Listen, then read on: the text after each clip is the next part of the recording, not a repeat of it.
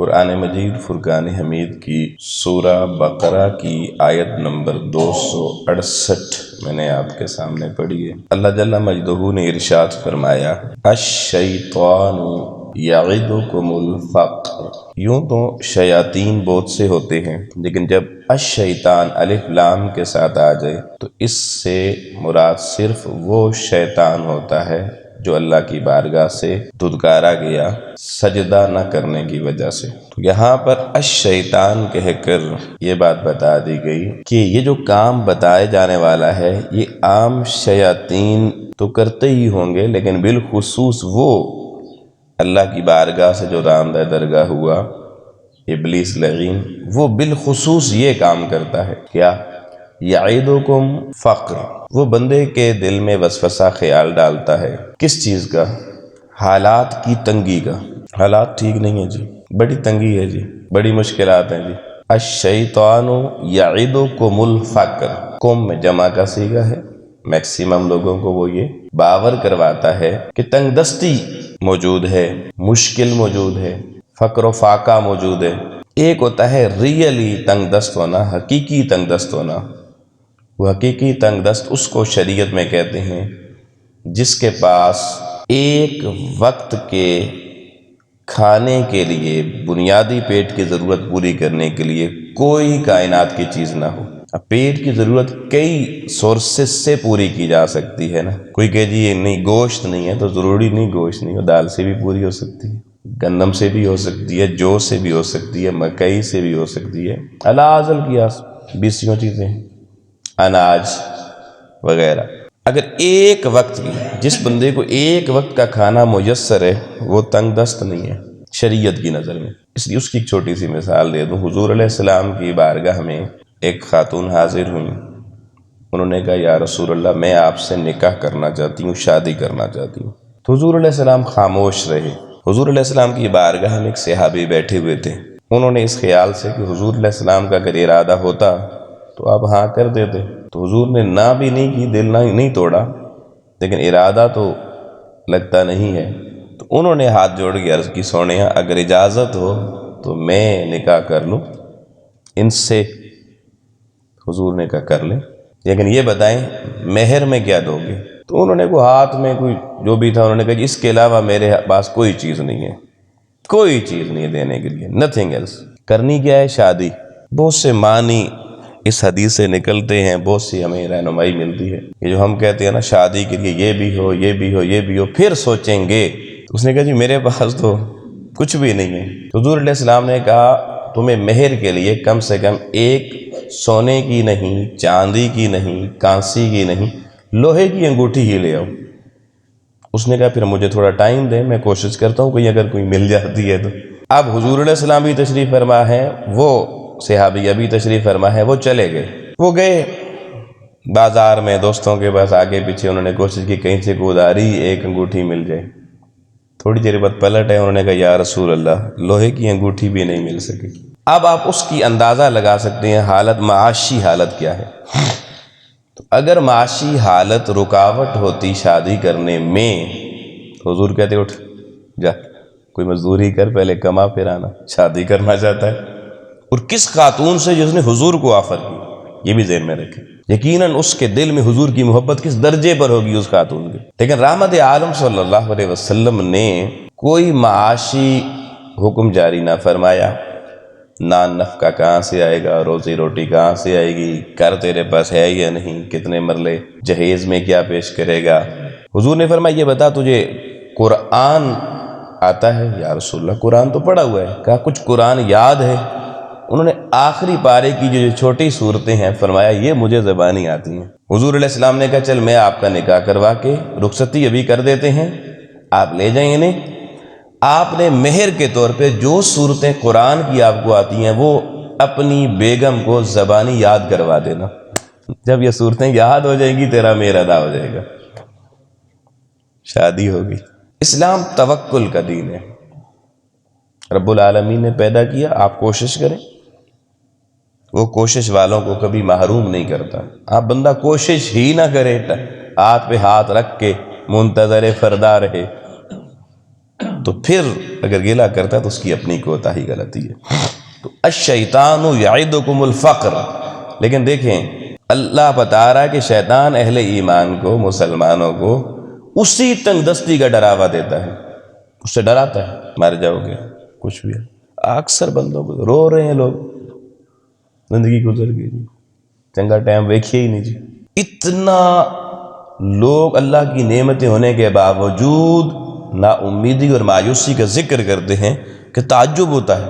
کئی لوگوں کے بینک بیلنس بھی ہوتے ہیں مگر کنجوسی انہیں خرچ نہیں کرنے دیتی، لوگ رونا پیٹنا ہر وقت لگا رہتا ہے۔ پھر فرمایا کہ جن لوگوں کو شیطان یہ ڈراتا ہے تنگ دستی سے، ایسے لوگوں پر پھر اگلا وار وہ کیا کرتا ہے، وَيَأْمُرُكُمْ بِالْفَحْشَاءِ، وہ انہیں حکم دیتا ہے۔ پھر شیطان اب حکم جاری کرتا ہے جی، کیا؟ فحشاء، چھڈو نمازاں شمازاں، اللہ ساڑی تھوڑی سن دے، الٹا کام کرو۔ وہ جوا کھیلنے پہنچ جائیں گے، وہ کسی چرسی پنگی کے ساتھ بیٹھ جائیں گے فحشاء کے لیے، فحش کاموں کے لیے، کسی بے غیرتی کا کام، بے حمیتی کا کام، اس طرف چل پڑیں گے۔ وہاں تنگ دستی بھول جائے گی، وہ جی ذرا دل بہلان گے، ہر وقت ٹینشن رہنی، ٹینشن دور کرن گے۔ اور کچھ نادیدہ کلمہ پڑھنے والی خواتین، وہ بے حیائی کے بزنس کرتی ہیں، کاروبار کرتی ہیں، اپنے جلوے دکھا کر، اپنی آرائش کر کے، اور اپنی زبان کی سافٹنس سے، اور خدا جانے کیا کیا کر کے، اور کہتی کہ ہیں جی غربت ہے، کیا کریں، مجبوری ہے۔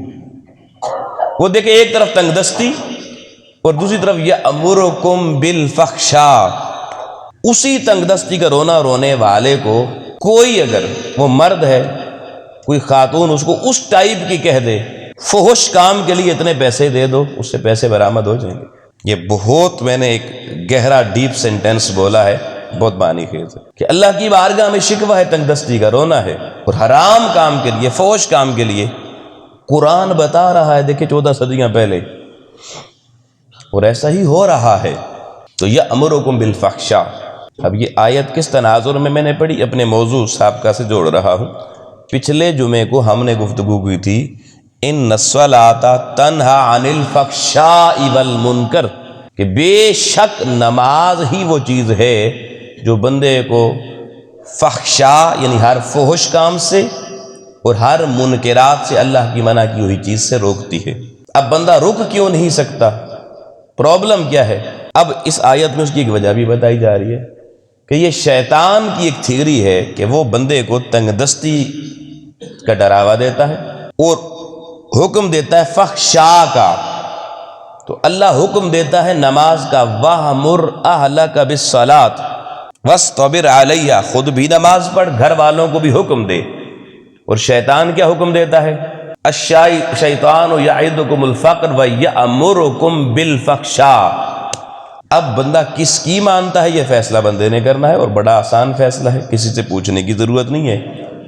اللہ کا حکم ماننے والا نمازی ہوگا اور شیطان کا حکم ماننے والا فحش کام کر رہا ہوگا۔ تو ہمیں انالیسس کر کے ایک لمحے میں پتہ چل جاتا ہے کہ ہم کس پلڑے میں کھڑے۔ یہ ہو گیا شیطان کا حکم۔ آج فحاشی کے بازاروں میں اور ریانی کے اڈوں پر، بے غیرتی بے حمیتی کی مجالس میں، تماشوں کی مجلس جو لو لعب کی مجالس ہے، وہ بھی فحش مجالس ہوتی ہیں، ان میں بھی نوجوانوں کی، لوگوں کی کثرت دیکھیں۔ اور اللہ کے گھر میں جمعے والے دن سید الایام میں بھی دیکھ لیں کہ میری قوم میں اللہ کے حکم کی پاسداری کا حیا کتنا ہے اور شیطان کے حکم پہ لبیک کہنے کا جذبہ کتنا ہے۔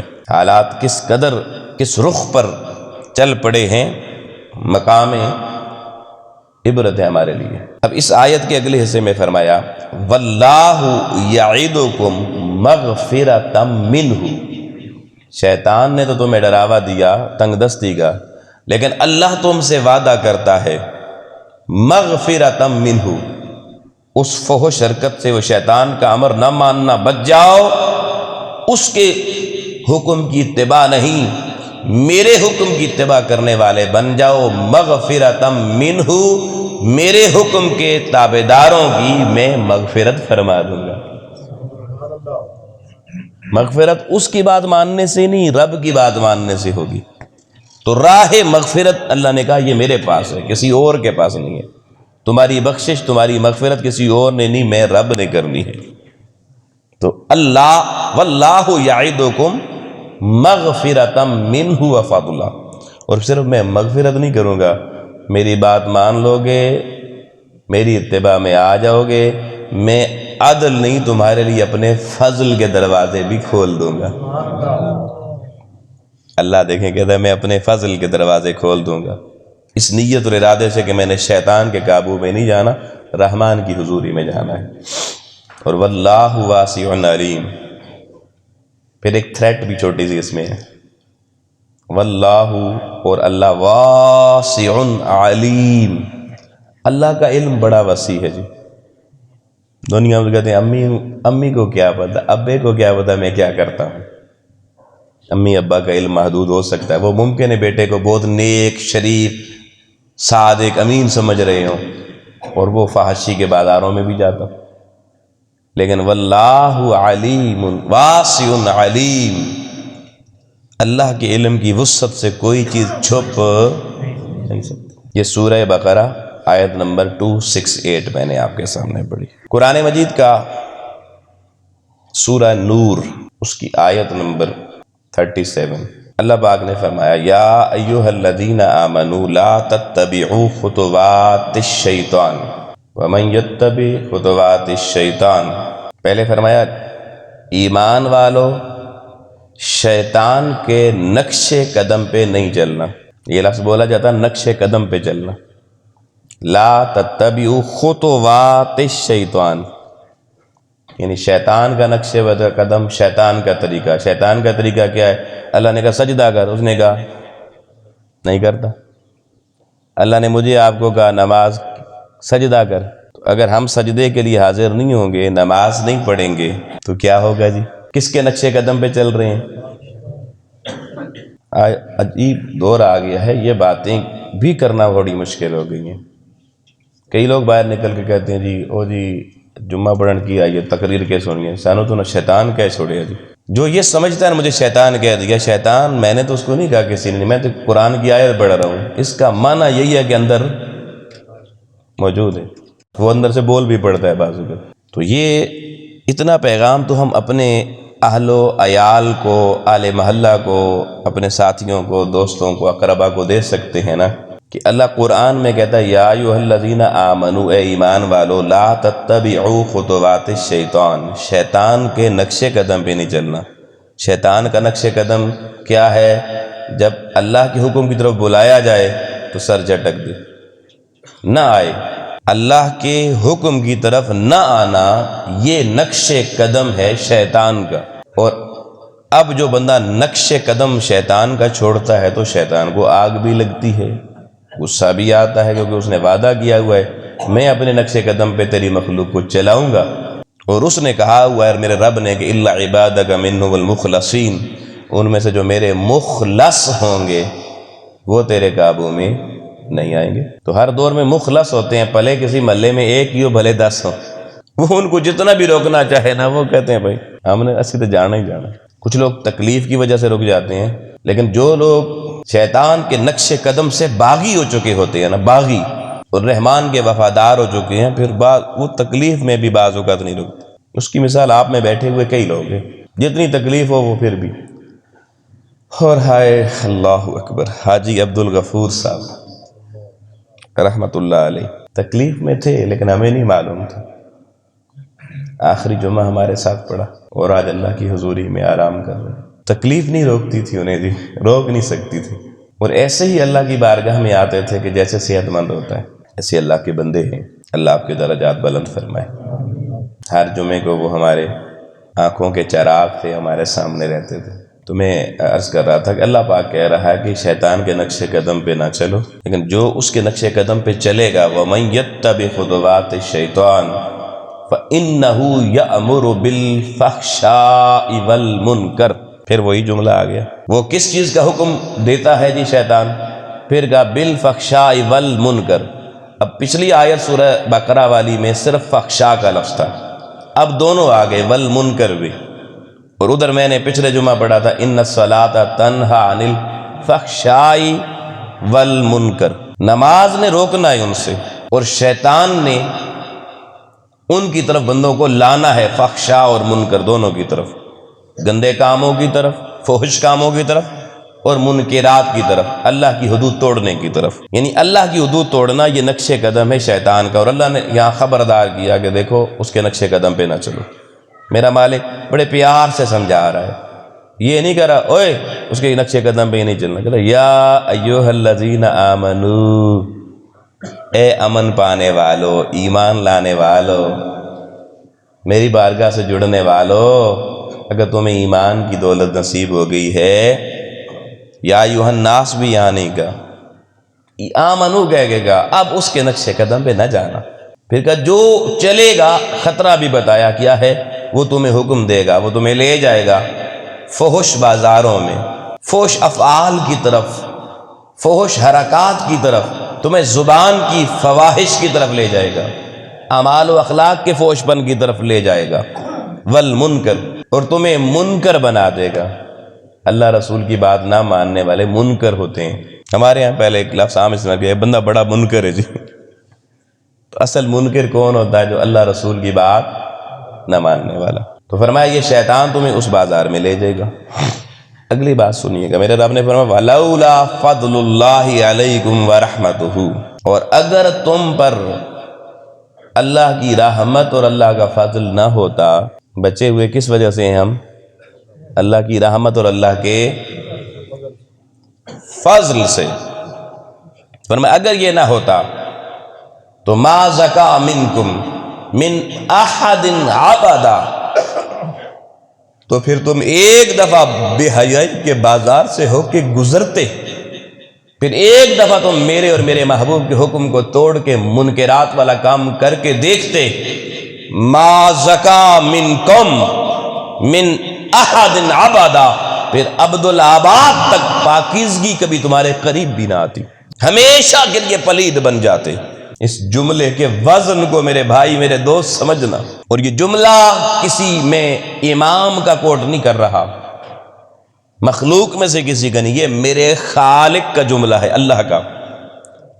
وہ کہتا اگر میری رحمت کی چادر نے میرے بندو اس کلمے کی وجہ سے تمہیں ڈھانپا ہوا نہ ہوتا، اور میرے فضل کی جھالروں نے تمہیں عزت کی زندگی نہ دی ہوئی ہوتی، تو ایک دفعہ تم بے حیائی کے بازار سے گزر کے دیکھتے، فحشاء اور منکرات اللہ رسول کی ممنوعات کی طرف جا کے تو دیکھتے، ایک بار فقط۔ سابقہ امتوں میں جو جاتا تھا اس کا کیا اثر ہوتا تھا؟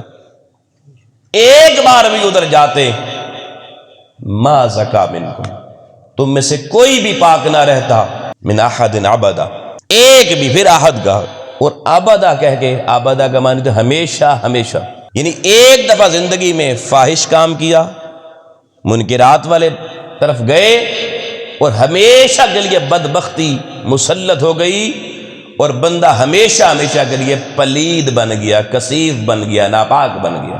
مگر یہ اللہ کا فضل اور رحمت ہے کہ آپ نماز کے لیے وضو بھی کرتے ہیں، ایک ایک قطرہ آپ کے جسم کی عضو کو چھو کر لوگوں اللہ کی زمین پہ بعد میں پہنچتا ہے، اس عضو سے کیے ہوئے گناہ اللہ پہلے معاف کر دیتا ہے۔ جس نماز کے لیے میرے دوست وضو کی برکتیں اتنی ہیں کہ وضو کا پانی جس عضو کو چھو کر زمین کی طرف جائے، زمین خاک میں بعد میں پہنچے گا، ملے گا، اللہ اس عضو کے گناہ پہلے معاف کرتا ہے۔ وہ اگر تو نے نماز سچے دل سے پڑھ لی، وہ تمہیں اللہ کی بارگاہ میں طہارت کے کتنے انوارات عطا فرما دے گی۔ تو ما زکا، یہ اللہ کی رحمت اور فضل ہے جس نے ہمیں پھر بھی حالت جنابت بھی ہو تو بس 3 فرض پورے کریں، بندہ پاک ہو گیا، بچ گیا۔ پھر فرمایا وَلَٰكِنَّ اللَّهَ يُزَكِّي مَن يَشَاءُ، لیکن یہ بات یاد رکھنا، وَلَٰكِنَّ اللَّهَ يُزَكِّي، یہ تو اللہ کے فضل اور اللہ کی رحمت سے ہے، چلیں پردے ہیں، بچے ہوئے ہیں، لیکن ایک ایسی طہارت ہے، ایک ایسا تزکیہ ہے، جو تزکیہ اگر انسانی نفس کا ہو جائے تو بندہ پلٹ کے کسی بے حیائی کے بازار میں جا ہی نہیں سکتا۔ ابھی تو اللہ نے کہا جاتے ہو، سب کچھ کرتے ہو، پھر بھی بچے ہوئے ہو، پھر بھی آ جاتے ہو، توبہ کرتے ہو، میں پاکیزگی عطا فرماتا ہوں، وضو بھی کرتے ہو پاک ہو جاتے ہو، غسل بھی کرتے ہو پاک ہو جاتے ہو، توبہ بھی کرتے ہو پاک بھی ہو جاتے ہو۔ یہ عمومی پاکیزگی ہے۔ ایک ہوتی ہے خاص طہارت، جو اہل طہارت کو جب نصیب ہوتی ہے تو وہ سیدھا اللہ کی حضوری میں جا پہنچتے ہیں، پھر اللہ کا وہ دربار گوہر بار، پھر یہ نہیں کہا جاتا وہ ادھر عرش پر ہے فلاں جگہ ہے، پھر وہ یہاں ہوتا ہے، قلب میں آ جاتا ہے، قلب جگمگانے لگ جاتا ہے، پھر قلب مؤمن عرش اللہ الرحمن، پھر اللہ کا عرش یہاں پہ بن جاتا ہے۔ یہ اللہ فرماتا ہے، یہ یاد رکھو یہ کیسے نصیب ہوتا ہے، وَلَٰكِنَّ اللَّهَ يُزَكِّي مَن يَشَاءُ، لیکن جو فواحش و منکرات سے بچے گا، میری حضوری کے پکے سچے حقیقی سجدے کرے گا، مولا سے اپنے دامن کو جوڑ کے رکھے گا، میرا رب فرماتا ہے پھر اللہ اس کو تقوی، طہارت اور تزکیہ کی وہ خیرات عطا فرمائے گا کہ اس کا ظاہر بھی اس کے انوارات سے چمک اٹھے گا اور اس کے باطن کو بھی اللہ کے نور کی خیرات نصیب ہو جائے گی۔ وَلَٰكِنَّ اللَّهَ يُزَكِّي مَن يَشَاءُ، اور وَاللَّهُ سَمِيعٌ عَلِيمٌ، اللہ سنتا بھی ہے، اللہ علم بھی رکھتا ہے۔ اب یہاں سننے کی طرف متوجہ کر کے علم کے ساتھ، علم سے پہلے پچھلی جو آیت پڑھی تھی اس کے آخر میں کہا تھا واسع علیم، اس کے علم کی وسعت میں سب کچھ ہے، مگر یہاں اس علیم سے پہلے لفظ سمیع لگایا۔ سمیع سننے کو کہتے ہیں، اور سنا وہ جاتا ہے جو بولا جاتا ہے۔ اب اللہ نے اس خاص تقوی، طہارت اور تزکیہ کی بات کرتے ہوئے سمیع کی بات کر کے بتایا کہ اس کا شاید تعلق بولنے سے بہت زیادہ ہے، طہارت کا اور تزکیے کا تعلق اس زبان کی طہارت سے بہت زیادہ ہے، زیادہ خطرناک شاید انسٹرومنٹ یہ ہے اس معاملے میں۔ تو اس نے کہا سمیع، جب یہ ذہن میں ہونا کہ میں جو بھی بولوں گا سننے والا کون ہے، ابا جی نہیں ہے تو کوئی مسئلہ نہیں، استاد جی نہیں ہے تو کوئی نہیں، مگر اللہ تو ہے نا، تو اس لیے زبان پہ زیادہ فوکس اور کنسنٹریٹ کرنے کی ضرورت ہے۔ آؤ دوستان محترم، اس ضمن میں آج کی گفتگو میں تیسری اور آخری آیت جو پڑھ رہا ہوں وہ اسی سورہ نور کی آیت ہے، جس میں اللہ پاک نے وہ تصورات بھی ہمارے صاف کر دیے جو ہمارے ذہن میں ہوتے ہیں جی کہ کریے بازار، کاروبار، دفتر، تجارت، مزدوری، کیسے پڑھیں جی نماز؟ یہ تو آپ جس طرح کا دین بتا رہے ہیں جی، یہ تو پھر بندہ 5 وقت جی کپڑے نئے لگا کے تو بس تیار بیٹھا رہے جی، ایسا نہیں ہے میرے بھائی۔ اللہ نے فرمایا رجال، یہ 2 آیتیں جو ہے نا اس سورہ نور کی، آیت نمبر 21 اور آیت نمبر 37، یہ گھر میں جا کے ضرور پڑھنا۔ رجال لا تلہیہم تجارت ولا بیع عن ذکر اللہ، اور پھر ساتھ اس کے ذکر کیا اقیم الصلاۃ کا اور زکوٰۃ کا۔ فرمایا اللہ کے بندے، رجال، ایسے بندے دھرتی پر ہیں، ایسے مرد موجود ہیں، ایسے بندے موجود ہیں، لا تلہیہم تجارت ولا بیع، ان کی کوئی بھی تجارت اور ان کا کوئی بھی کاروبار، بے والا، لین دین والا، ان کی زندگی کے لین دین کے جتنے معاملات ہوں وہ بھی، اور ان کی معیشت، تجارت اور کاروبار اور منڈی کا کوئی بھی کام ہو، لا تلہیہم تجارت ولا بیع عن ذکر اللہ، اللہ کے ذکر سے بندے ایسے دھرتی پہ موجود ہیں انہیں کائنات کا کوئی کاروبار بھی اللہ کے ذکر کے آگے رکاوٹ بن ہی نہیں سکتا، روک سکتا ہی نہیں ہے، وہ رک سکتے ہی نہیں ہیں، کوئی کائنات کی شے انہیں اپنے مولا سے جڑنے میں مانے نہیں بن سکتی۔ اور پھر وہ نماز بھی پڑھتے ہیں، وہ زکوٰۃ بھی دیتے ہیں۔ لو جی اللہ پاک نے یہ مغالطہ بھی نکال دیا، فرمایا بندہ بن، مرد بن، جیسے ہم کسی کو شاہ دینی ہو نا، کسی سے لڑانا تو کہتے تیرا مرد بننا یار، اب اللہ کہتا ہے مرد بننا، تیرا کاروبار تجھے اگر میرے ذکر سے روک دے، میری نماز سے روک دے تو پھر تو مرد ہی نہیں ہے، نہ مرد ہے۔ اگر تیرے معاملات، لین دین، دفتر، تجارت روزگار، دکان، اگر تجھے اللہ کے ذکر، اللہ کی نماز، اللہ کی زکوٰۃ ان چیزوں سے روک دیں تو پھر رجال میں نہیں ہے، پھر مرد نہ کہنا اپنے آپ کو۔ پھر کوئی پوچھے بھائی شناختی کارڈ نادرا والے آپ کی جنس کیا ہے، جو کہا کریں نامرد، وارہ کھائے گا؟ نیشنل ڈیٹا بیس میں رجسٹر ہو تو اللہ نے تو دیکھیں نا بتایا ہے رجال بننا ہے، تو پھر کائنات کی کوئی بھی چیز بندے کو اللہ کے ذکر سے نہ روکے۔ اب آج یہاں بیٹھ کے سوچیں، پنجگانہ نماز دیکھیں نا، ذکر چلے باقی لمبے چوڑے ذکر تو بہت سارا، اللہ نے تو کہا وَاذْكُرُوا اللَّهَ کثیرا، کثرت سے ذکر کرو، لیکن یار 5 وقت روزانہ جو نماز ہے اس کے لیے تو اللہ بلاتا ہے خود، آ جاؤ میرے ذکر کے لیے، اقم الصلاۃ لذکری، یہ میری نماز میرے ذکر کے لیے ہے۔ اس نے نماز کو صرف عبادت نہیں رہنے دیا، اس کو بھی اپنا ذکر قرار دے کے کہا اگر صرف 5 وقت کی نماز بھی پڑھ لو گے تو اس نماز میں یہ کمال ہے، لکھا جائے گا یہ بندہ ہر وقت اللہ کا ذکر ہی کرتا رہے۔ اور صرف ذکر نہیں، اگر اس دوران آپ کہیں جی بیچ میں کوئی گناہ بھی تو ہو جاتا ہے، کوئی کسی بندے سے غلطی سے جھوٹ بول دیا گیا، کچھ اور کوئی مسئلہ گڑبڑ ہو گیا، تو اس کے لیے میں جاتے آئے تو میں نے پچھلے جمعے وہ پڑھی تھی، لیکن اس سے ایک حدیث ہے ساتھ ریلیٹ کرنا، وہ چلے میں اس پہ کلوز کر دیتا ہوں۔ سورہ ہود کی آیت نمبر 14 ہم نے ڈسکس کی تھی۔ اللہ پاک نے فرمایا اقم الصلاۃ طرفی النہار وزلفا من اللیل، کہ نماز پڑھو دن کے اطراف نہار میں بھی، سورج ڈلنے سے پہلے ہو یا بعد کی ہو، یا رات کے گہرے ہونے تک، وزلفا من اللیل، رات کے کسی حصے میں بھی ہو۔ ان الحسنات یذہبن السیئات، یہ نماز اس کے اندر جو نیکی کی طاقت ہے وہ اتنی زیادہ ہے، انٹینسٹی اس نیکی کی اتنی زیادہ ہے کہ یہ اگر درمیان میں کوئی برائی ہو جائے تو اس برائی کو برائی نہیں رہنے دیتی۔ آپ ایک نماز پڑھ کے گئے، کوئی برائی ہوگی، اگلی نماز پہ سچے دل سے آ جائیں، یہ نماز یہ آپ کی اس برائی کو کھا جاتی ہے، نامہ اعمال سے مٹوا کے لکھ دیتی ہے، نہیں نیکی، اس نے برائی نہیں نیکی کی ہے، یذہبنا، مٹوا دیتی ہے، برش پھر جاتا ہے، صفائی ہو جاتی ہے سیئات کی۔ اس پہ حدیث مبارکہ سن لیں، حضور علیہ الصلوۃ والسلام کی بارگاہ میں ایک صحابی حاضر ہوئے، یا رسول اللہ گناہ ہو گیا ہے، آپ کی بارگاہ میں آیا ہوں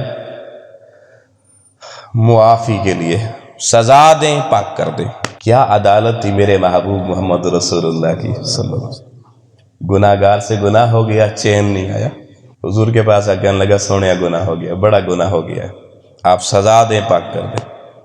ایمان بھی یہ تھا کہ گناہ کر کے جانا کہاں ہے، وہ کیا اس کے گھر میں دربار خدا نہیں تھا؟ مگر اس کو پتہ تھا، صحابی کا عقیدہ تھا کہ گناہ ہو جائے تو اللہ بھی معاف نہیں کرتا جب تک دربار مصطفیٰ میں پہنچ کر حضور کا وسیلہ نہ جائے۔ تو حضور نے کہا ہماری نماز کا وقت ہو گیا، چلو نماز پڑھو۔ ظہر یا عصر کی وہ نماز کا وقت تھا، نماز اس نے پڑھی، نماز پڑھ کے حضور نے باقی سائلین کے بات سننا شروع کر دی، ان کے معاملات ڈیل کرنا شروع کر دی، اس سے نہ پوچھا۔ وہ تھوڑی دیر بعد کھڑا ہو گیا، اس نے کہا یا رسول اللہ میں تو آیا تھا بڑا غلط کام کر کے، گناہ کر کے، حضور آپ سے سزا پانے کے لیے، میں نے تو اپنا معاملہ نماز سے پہلے سنایا تھا، سونے مجھے بھی کوئی ٹائم عنایت فرمائے، میرا مسئلہ بھی حل فرمائے۔ جیسے ہی اس نے بات کی، حضور علیہ السلام نے فوراً کہا تو نے ہمارے پیچھے نماز نہیں پڑھی؟ کیا ہمارے ساتھ نماز نہیں پڑھی؟ اس نے کہا حضور نماز تو میں ویسے بھی پکا نمازی ہوں، تو آپ کے پیچھے بھی نماز پڑھی ہے۔ تو حضور نے کہا تو نے کیا قرآن نہیں پڑھا ہوا؟ اس نے کہا میں نے قرآن بھی پڑھا ہوا۔ تو کہا کیا تو نے سورہ ہود نہیں پڑھی ہوئی؟ اس نے کہا حضور سورہ ہود بھی پڑھی ہوئی ہے۔ تو کہا کیا آیت نمبر 114 نہیں پڑھی ہوئی؟ اس نے کہا حضور وہ بھی پڑھی ہوئی ہے۔ تو کہا پھر تو ابھی تک تجھے یہ بات سمجھ نہیں آئی کہ اللہ نے قرآن مجید کی سورہ ہود کی آیت نمبر 114 میں اعلان کر دیا کہ اقم الصلاۃ طرفی النہار وزلفا من اللیل ان الحسنات یذہبن السیئات، کہ نماز بدیوں کو کھا جاتی ہے، اور ان کی جگہ نیکیاں لکھی جاتی ہیں۔ فرمایا اب تو نے نماز بھی اپنی مسجد میں نہیں، محمد مصطفیٰ کی مسجد میں ہماری امامت کے پیچھے مصلی پہ کھڑے ہو کے پڑی ہے، تیرے گناہ تو تیری نماز معاف کروا چکی ہے، کوئی اور معاملہ ہے تو ہمیں وہ بتا۔ نعرہ تکبیر، نعرہ رسالت، نعرہ حیدری۔ آؤ دوستانے محترم، غفلت ترک کر دو یار، سستی چھوڑ دو۔ کوئی پتہ نہیں اگلے جمعے کو میں نہ ہوں آپ نہ ہوں۔ میں نے بتایا نا حاجی عبدالغفور صاحب پچھلے جمعے ہمارے ساتھ تھے، آج نہیں ہے، دنیا سے چلے گئے، اور ان کا ذکر کر کے بھی مجھے خوشی ہو رہی ہے۔ 5 وقت کی نماز، جمعہ سب سے پہلے آ کے بیٹھ جانا مسجد میں، اور رات کے پچھلے پیر ساری دنیا سوئی ہوئی ہو تو تہجد کی نماز بھی پڑھنا۔ کتنے خوش نصیب تھے یار، اللہ ہمیں بھی ایسی زندگی عطا فرمائے۔ آخری گزارش، دیکھیں یہ نیکی کا کام، یہ دعوت دین، یہ دعوت نماز، یہ صرف کسی مولانا کا کام نہیں ہوتا، کسی مؤذن کا کام نہیں ہوتا، یہ ہر کلمہ پڑھنے والے پہ فرض ہے۔ جیسے نماز پڑھنا فرض ہے، ایسی نماز کی دعوت دینا اور نیکی کی دعوت دینا بھی فرض ہے۔ مجھے اگر آپ کو یہ بات 70,000 دفعہ بھی کہنی پڑی تو میں کہوں گا، میری تو ڈیوٹی ہے کہنا۔ آئیے اس ماحول کی بہتری کے لیے سب مل کے کاوش کریں، اور یہ جو دیر اور تاخیر والا معاملہ ہے، اگر حشر کو حساب کتاب میں بھی دیر ہوگی تو بڑا مشکل ہوگا۔ اللہ نے کہا نا، دیکھیں مجھے تو لگتا یہی ہے، جو سب سے پہلی صف میں آگے بیٹھتے ہیں قیامت کو بھوگے گا، پہلی صف والے ذرا پہلے بھگتا لیتے ہیں اور آخری والے آخر میں، اور قیامت کا ایک دن 50,000 دنیا کے دن کے برابر۔ کیسے گزریں گے؟ اور سورج سوا نیزے پر ہوگا، اور سایہ کہیں نہیں ملے گا، اور پانی بھی حساب کتاب سے پہلے نہیں ملے گا، اور حساب کتاب کے بعد بھی وہ نہیں ملے گا جن کا اعمال نامہ دائیں ہاتھ میں پکڑایا جائے گا۔ پھر ایک ہی چشمہ ہوگا، ساقی کوثر کا، حوض کوثر۔ تو اگر چاہتے ہو جلدی اس چشمے پہ پہنچ جائیں، ساقی کوثر، ساقی میرے آقا ہوں گے، جام حضور پلانے والے ہوں گے، تو آج وہاں جلدی تبھی ہوگی اگر دنیا میں رہتے ہوئے بھی نیک کام میں جلدی کریں گے، کوشش کریں بر وقت آنے کی۔ یہ اپنی زندگی میں ایک معمول بنا لینا کہ یار ہفتے میں جمعہ ایک دن آتا ہے، یہ 1 گھنٹہ 1.5 گھنٹہ کائنات ادھر سے ادھر ہو جائے، یہ بس اللہ کے لیے ہے۔ تقریر جس کو نہیں اچھی لگتی وہ بھی نہ سنیں، کانوں میں روئیاں ڈال کے آ جائیں، مگر اللہ کے گھر میں آ جائیں۔ آپ کہیں جی میں اللہ کے حضور دربار میں حاضری کے لیے جا رہا ہوں، لیکن ایئرپورٹ پہ بندہ کام کرتا ہے، جہاز اڑتے ہیں، بڑا شور ہوتا ہے، ریلوے اسٹیشن پہ ریل کا شور ہوتا ہے، جس نے نماز پڑھنی وہاں بھی پڑھتا ہے، وہ یہ تو نہیں کہتا شور ہے۔ تو اگر آپ کو یہ تقریر شور لگتی ہے بالفرض، ہو سکتا ہے کسی کو شور شرابہ ہی لگتا، تو میں نے تو یہ بھی آپ کو عرض کر دی کہ وہ بے شک کانوں میں روئیاں ٹھونس لے، کیا پتہ اس کو یہ ہماری گفتگو بنسری کی آواز لگتی ہو، تو بنسری کی آواز لگتی ہے تو سننا تھا پھر کانوں میں۔ لیکن میں اتنا کہنا چاہتا ہوں، مجھ سے کوئی ناراض ہے تو 100 دفعہ ہو، اللہ سے تو نہ ہونا چاہیے نا، یہ تو اللہ کا گھر ہے، میرا تو نہیں ہے، میرے گھر مت آنا جو نہیں آنا چاہتا ہے، اس کے بھی دروازے بند نہیں ہے کوئی آنا چاہے تو، لیکن کوئی نہیں آنا چاہتا تو زبردستی نہیں ہے۔ مگر کوئی یہ کہہ کہ مدنی مسجد میں اس لیے نہیں جاتے کہ وہاں پروفیسر ارشد مصطفی صاحب ممبر پہ بیٹھے نظر آتے ہیں، تو بھائی یہ میرا گھر نہیں ہے۔ تو ایسی تحریک چلانے والوں کو بھی پیغام ہے کہ قیامت کو اللہ کو کس منہ سے آپ حاضر ہوں گے کہ اللہ کے گھر سے بندوں کو روک رہے تھے۔ یہ میں کچھ رپورٹس کی بنیاد پہ یہ جملے کہہ رہا ہوں، ادھر نہ جانا جی، پھر انہی کے بن جاؤ گے۔ یہ تو مکہ والے بھی کہتے تھے، بڈھی مائی کو بھی انہوں نے کہا تھا ادھر نہ جانا، ان کی نہ سننا۔ اس نے کہا چلو سامان لے کے نکل جہاں سے چلی جاتی ہوں، کہیں آمنا سامنا ہو ہی نہ جائے۔ اللہ نے پھر سمجھانا تھا نا امت کو، تو سامان محبوب سے اٹھوا دیا۔ منزل پہ پہنچ کے کہنے لگی بس ایک نصیحت اور وصیت۔ پوچھا وہ کیا؟ بس وہ اس سے بچ کے رہنا، اس گلی میں نہ جانا، مسجد نبوی میں نہ جانا، ورنہ اس کے رنگ میں رنگے جاؤ گے۔ اور جاتے جاتے اپنا نام تو بتا دیں۔ کہا بس وہ جس رنگ کی بات کرے اسی رنگ چڑھانے والا ہی تیرا سامان اٹھائے گا۔ کیا پتہ اب یہاں سے رنگ چڑھ بھی سکتا ہے، رنگ تو چڑھتا ہے، پتہ نہیں آپ کو اس کی سمجھ آئے یا نہ آئے۔ اللہ کریم کی ذات ہمیں اپنا صبغۃ اللہ والا حقیقی رنگ اختیار کرنے کی توفیق عطا فرمائے۔ وآخر دعوانا